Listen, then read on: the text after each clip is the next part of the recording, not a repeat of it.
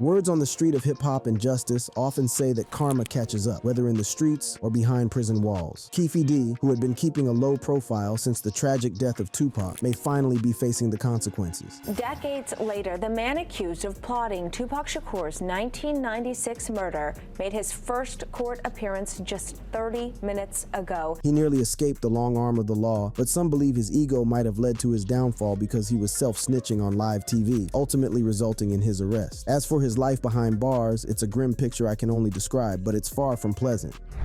Vegas prisons and gangs. Dwayne "KEEFE D" Davis may not be a household name, especially if you're not a hardcore Tupac fan, but that's about to change. He was arrested on September 29th, and as it stands, he might be facing time behind bars. He might not be the one they're pointing fingers at as the shooter, but the cops in the courts are calling him the big boss of the gang. And in Nevada, they don't play around. If you help someone commit a crime, even murder, you can be slapped with charges. D even blabbed about it in interviews and even spilled the whole story in his book, Compton Street Legend, from 2019. He straight up admitted that he handed over the gun used in that drive-by shooting. So, you see, he's not exactly an innocent bystander when it comes to what happened the night Tupac Shakur was shot. Let me give you a little background. Well, his early life was tough, losing one brother to a shooting, another to leukemia in 1971, and his bike to gangsters. And coming from a family with 6 brothers and 6 sisters, you can imagine it was survival of the fittest. So he probably learned to be the one who takes, not the one taken from. Maybe that's what drove him and his nephew, Orlando Anderson, aka Baby Lane, to take matters into their own hands that night, facing off against their rivals and killing Tupac Shakur in the process. In an interview just a few months before his arrest, when asked about his first prison sentence at the age of 20, he talked about his experiences in prison, and surprisingly, he didn't find it too hard inside despite the challenges. He admitted he should discourage people from going to prison, but his sharp mind and connections with certain groups made his time there more manageable. Additionally, he admitted that his physical stature as a big guy saved him a lot from bullying. When asked about his first arrival in prison, KEEFE D described the harsh reception process where things worked to his advantage as fewer people wanted to confront him. Maybe he said all that because he was still a free man back then, but things have changed now, and when it comes to the long arm of the law, he's a marked man, both inside and outside the slammer. Even Ice-T said that he would likely die behind bars, and that D's own statements had made prosecuting him pretty easy. In his words, he names everybody else in the car, and now he's basically dead. He's gonna spend the rest of his life in prison all by his own hand. You don't even need anybody to testify. Trust me, you don't want to end up in a Las Vegas prison, especially if you've got any gang stuff in your past. You want to know why? Former gang member Ricky Killeen told it all about what really goes down in prisons, especially if you're in some gang-related mess in Las Vegas. Ricky painted a real clear picture of these facilities, which are about 40 miles north of the city, out there in Indian Springs, Nevada. He talked about something they call closed custody, kind of like level 5, but they don't officially call it that. Now, if you've done some time on the inside like this guy, you got to know one thing. The correctional officers are the bosses in there. KEEFE's probably seen his fair share of that. These COs, they get all up in your face, shouting orders and making you stick your hands against the wall for what feels like an eternity. He once talked about this one time when a fellow inmate got in trouble for dropping his arms during the wall drill. The punishment involved the COs shaving faces and heads, dousing inmates in delousing powder, taking mug shots, and teasing them about getting protective custody. Davis is a strong black man, but we all know the kind of racial divides that go on in prison. Whites, Mexicans, blacks, and other groups are all having their own turf that they are never too keen on sharing. Rick belonged to the Aryan Warriors, and within this complex hierarchy, his gang didn't see eye to eye with other gang members, which is just about a fraction of the problems they face every day in prison. Normally, he said the process of blending in or falling out with other prisoners who might even be a rival gang took about 2.5 weeks, and they'd examine your affiliations and those telltale tattoos that would give them a clue about what gang you roll with. Most of these prisoners didn't care about being extra careful. They could jump on anyone who was a target, especially if you're not a fellow gang member. Bullying and stabbings were usually commonplace in these facilities, and you might see stabbings about once or twice a month, which is often tied to the drug scene inside those prison walls. Tensions can flare up even within the same race, and things get way messier when it's between different racial groups. Sometimes the COs are left with no choice but to use live birdshot and buckshot rounds, causing intense pain and fear among the inmates. So imagine being stuck in close quarters with someone like Troy Kell, notorious for his extreme violence. It's not something anyone would willingly pick, but rather something you'd pray to to avoid at all costs. The uncertainty of it all adds an extra layer of stress and fear in an already harsh environment. When Rick talked about Troy Kell was on death row, and he straight up killed another black inmate. They got it on camera, and that left no room for doubt about the brutality of the attack. Kell, it turned out, had been transferred to Utah and was likely facing the death penalty for his actions. And here's the wild part. Even these death row guys can keep in touch with the outside world, passing messages, drugs, and who knows what else. So if KEEFE ever ended up in that spot, that'll be a whole thing to watch out for. For someone who was part of the Aryan Warriors, a group with vastly different ideologies than the Aryan Brotherhood, it's quite surprising that in Las Vegas prisons, the racial divisions were more about politics and group affiliations rather than being driven by pure racism. There were certain restrictions like not sharing food or a cell with someone from another race, but these rules were more about prison politics and maintaining order within the facility, which probably happens with other gangs and affiliations too. And it's not just the white gangs calling the shots. Black gangs like the Mob Peru gang, aka Eastside Mob, or the Insane Mob gang got their turf locked down. And since it's primarily an African-American Piru street gang based in Compton, California, on the east side, their turf stretches east of Long Beach Boulevard, south of the 105 freeway, and around Rosecrans Avenue and Atlantic Avenue. However, you know how gangs are. They'll set up shop wherever they please. KEEFE surely knows that the Mob Peru gang operates in different cliques, and they'll come for him in prison and outside if he eventually makes it out of there free. They call themselves MOB, short for money over something Tupac made popular. In the 90s, the gang gained notoriety with alleged ties to Suge Knight and Death Row Records, known for hiring gang members and ex-convicts for security. The gang was suspected of receiving high-powered assault rifles through these connections, which contributed to their criminal activities, which involved stuff like drug trafficking, credit card scams, and firearms distribution. Later, a significant crackdown occurred during a 7-month investigation called Operation Kill in Court, resulting in the arrest of over 24 of its gang members and the seizure of close to 18 firearms. Authorities accused the gang of terrorizing the neighborhood through drug trade, shootings, robberies, assaults, and creating an atmosphere of fear. The gang's allies include the Looters Park Pirates, Elm Street Pirates, and Hollywood Pirates. They've also got rivalries with several other gangs, but the Southside Compton Crips is a definite enemy. In the aftermath of Tupac's murder, tensions flared between the Compton Crips and rival gangs, particularly the Bloods in the Compton area. The Crips are dangerous on their own, and that's why the feud's been on for ages. These guys claim their turf from Alondra, up in the north down to Greenleaf in the south, and they stretch their influence between Santa Fe on the west side and Long Beach BLVD on the east side. Now, what's intriguing about this gang is how they've got these different generations, each with its own name and identity. The first generation, the OGs or the original gangsters, are the founding fathers of this crew, and they set the stage for what would come next, the original baby gangsters, or OBGs for short. They are the successors, carrying on the legacy of the OGs. And the next, the third, are the baby gangsters, of which a pretty notable name is Orlando Baby Lane Anderson, and KEEFE D falls into this category too. Then there's the fourth, aka the original Tiny Gangsters, or OTGs for short, who are followed by the Tiny Gangsters. It's not just about names, it's about the different eras and chapters in their history, each generation leaving its mark on the Southside Compton Crips, just as what KEEFE D had said openly, suggesting that Anderson had leaned over, rolled down the window, and fired the fatal shot. Why KEEFE D is a target for the Bloods. One of the reasons. Why KEEFE D cannot be exempted from Tupac's death is because he was in on it from the very beginning. He knew how everything went down. Back in July of '96, Anderson and his crew had this run-in at Lakewood Mall where they went after Trayvon Lane, who worked for Death Row Records, and tried to snatch his Death Row medallion. Word was out that there was a bounty on those medallions by their rivals, the Compton Crips, the crew Anderson rolled with. This whole ordeal got Suge, Pac, and the rest of the Death Row crew boiling mad. Things were about to take a wild turn, and on September 7, 1996, right after the Bruce Seldon versus Mike Tyson fight, Lane just happened to spot Anderson without his guys at the MGM Grand Las Vegas. There he wasted no time and told Pac and the crew that Anderson was the guy who snatched his medallion. And the next thing was, Pac led the crew and charged over to Anderson and unleashed fury on him. Anderson got a serious beatdown and was jumped by 5 guys with no one there to back him up. The thing is, the brawl went down just 3 hours before Tupac got shot. KEEFE D had just been informed that his nephew Anderson was getting jumped by some Death Row guys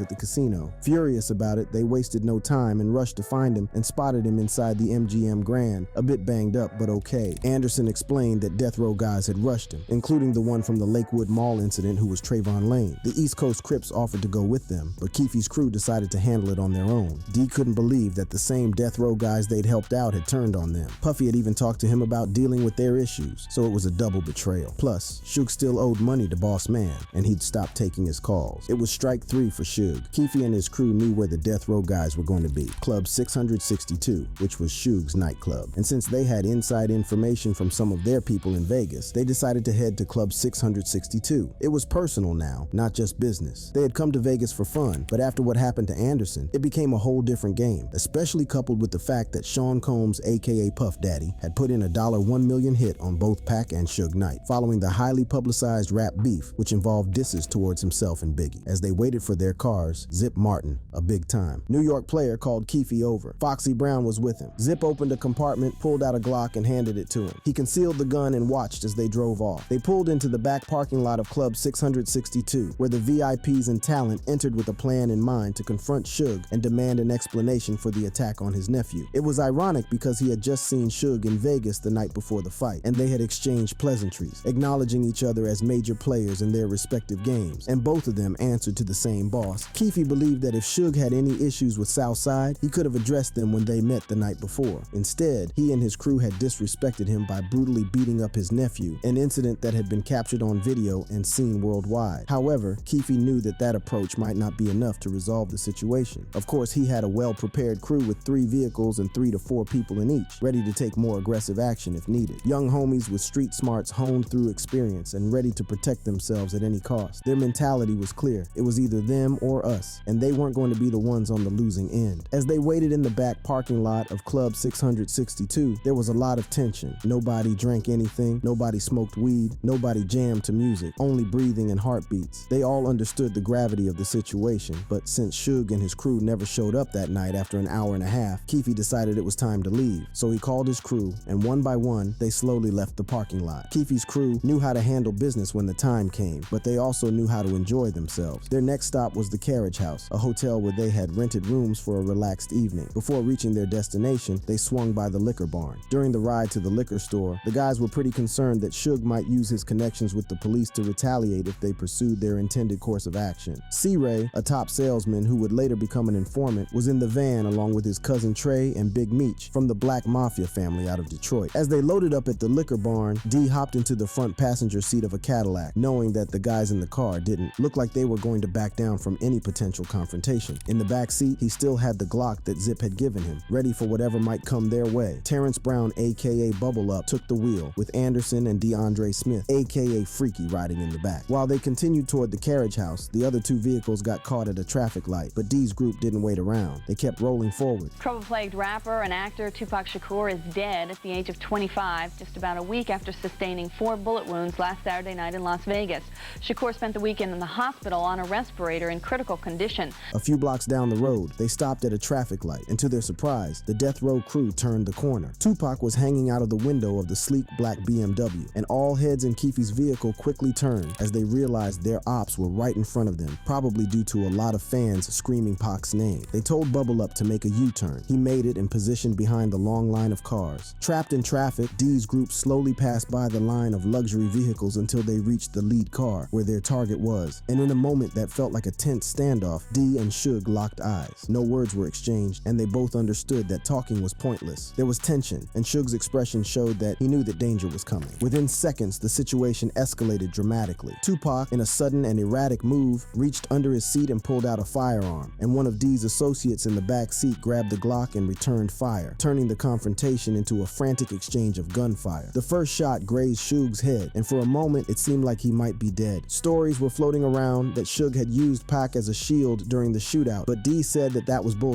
because Knight was already wounded as he was the first to be hit. As the bullets continued to fly, D wisely ducked down to avoid getting hit himself. Pac got hit 4 times, and when the gunfire finally ceased, they wasted no time getting out of there. They noticed a white Chrysler with young women inside following them, but their window was quickly shot out, forcing them to stop. Interestingly though, despite having a reputation for being tough, none of the guys with Pac's crew attempted to come after them. Shots had been fired in both directions. D expressed his bewilderment about why the Vegas police didn't check Tupac's Tupac's hands for powder burns to determine if he had fired a weapon. Their car was riddled with bullet holes, and he didn't buy into the idea that Pac was an angel. After all, he had previously fired at off-duty cops in Atlanta, so he wasn't afraid to shoot when necessary. Moreover, by the time they got there, Pac must have known that the person they jumped in the casino was a Southside Crip, so they had to be on high alert. But despite the chaos, none of KEEFE D's crew had been hit, although some had fragments and glass in their hair. Well, the Las Vegas Strip was in turmoil as police cars and ambulances rushed to the scene. They knew that the death row crew and the police would be on the lookout for the car they were driving. So they made a quick decision to abandon it and hurriedly made their way to the opposite side of Las Vegas Boulevard. As they reached the middle divider, it was red on the traffic light, and standing there, they saw two ambulances speeding by with sirens blaring. The first ambulance carried Pac, with medics working to provide medical care. Not far behind, a second ambulance carried Suge, and as history tells it, Tupac succumbed to his injuries 6 days later and died on September 13, 1996. At first, there were suspicions surrounding Anderson's involvement, but the evidence was not strong enough to prove his direct role in Pac's killing. Let me just ask you point blank,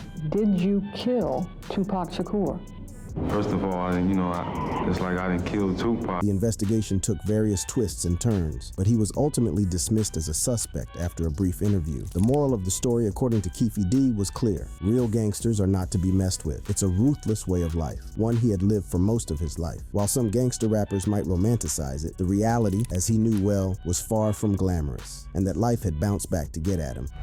Mob Peru Bloods versus Southside Compton Crips. After the Vegas episode, KEEFE and his crew returned to party while C-Ray continued to party at the MGM Grand. When Ray got wind of what had happened, he hurried back to the carriage house. Nobody discussed the Vegas incident. They retrieved their Cadillac, only to find that the gun they'd stashed beneath a tire was gone, so they headed back to Compton in silence. In the aftermath of all this, D grew irritated with MTV continually mentioning his name in connection with Tupac's condition, so he suspected Suge Knight as the source of this info since they were rivals. On that same hectic day, he got a reality check from his Colombian drug buddy's little bro. Lil JC Dude was worried about KEEFE's risky moves and their $1 million drug hustle. So when Lil JC split to avoid trouble, KEEFE D's cash flow took a hit. And to make matters worse, the neighborhood turned into a war zone after a gang leader got shot 7 times at a local store. D had to get his gang members to handle rival gangs, and that caused a brutal gang war that lasted a whole month. When the neighborhood turmoil reached its peak, the crew even went after Suge Knight, furious about his role in assaulting Anderson. They sought him out as well, keeping tabs on his every move and tapping into phone company records, DMV, and stuff to find his new address. Well, they pulled off some moves and disguised one of their guys as a UPS delivery dude and another as a cop. But then, a tragic mix-up led to C-Ray's innocent neighbor getting killed. It shook him so bad that he snitched to the cops, becoming an informant and telling about a $100,000 bounty Suge put on their heads. But KEEFE said he wasn't scared, and according to him, he'd take Suge down for free, just to show his street cred, and that Suge was all about record labels and stuff. Later, the FBI busted into their homes. They arrested a bunch of people, but KEEFE narrowly escaped thanks to a neighbor tipping him off about the raid. In another tense encounter, he and his nephew Anderson ran into the Compton mayor and a councilman at IHOP, both somehow tied to Suge Knight. You could feel the tension in Compton, with loyalties and rivalries impacting every aspect of life in the community. And then, as Suge Knight's trial came, Anderson, who was with their lawyer Eddie Fale, called his uncle urgently. He needed guns, and fast. So KEEFE D and the Reaper rushed to Eddie Fale's office, only to find themselves in a room with Compton cops and Suge himself. Anderson's request suddenly made sense. They were ready for anything. They wanted Anderson to testify that Suge didn't attack him that night in the casino, and they offered him $60 grand for it. Although Anderson agreed, even with his testimony, the judge still saw Suge as part of the attack, and still, the bad blood between their groups didn't go away. Things got even crazier when they decided to hit back at Bad Boy Entertainment. The feds came down hard, with one assistant U.S. attorney wanting to charge them all under the Continuing Criminal Enterprise Statute, or CCE, and argued that they shouldn't be getting bail. It was a game changer, and D and his crew were in deep legal trouble. He soon found out he'd be the first one facing charges. To make it all worse, the next morning, he got devastating news. His grandma, who had been like a mom to him after his own mother passed away, had died. So he decided to give his nephew a call. They needed to talk about his grandma's passing, and also some street stuff that hadn't been sorted out. Anderson tried to comfort him, but then things got even worse. On that very same day, while D was dealing with lawyers and stuff, the chaplain came back with more bad news. Anderson had been killed. He had gone out with his friend Michael Reed Doro to grab a burger, and then then, they had met a guy named Michael Stone and his nephew Jerry at a car wash across the intersection. He and Reed had a heated confrontation with Michael Stone and his nephew over money owed. A gunfight erupted, and all four men were fatally shot. Anderson had tried to drive himself and Doro to safety, but passed out on the way to the hospital, where he eventually died.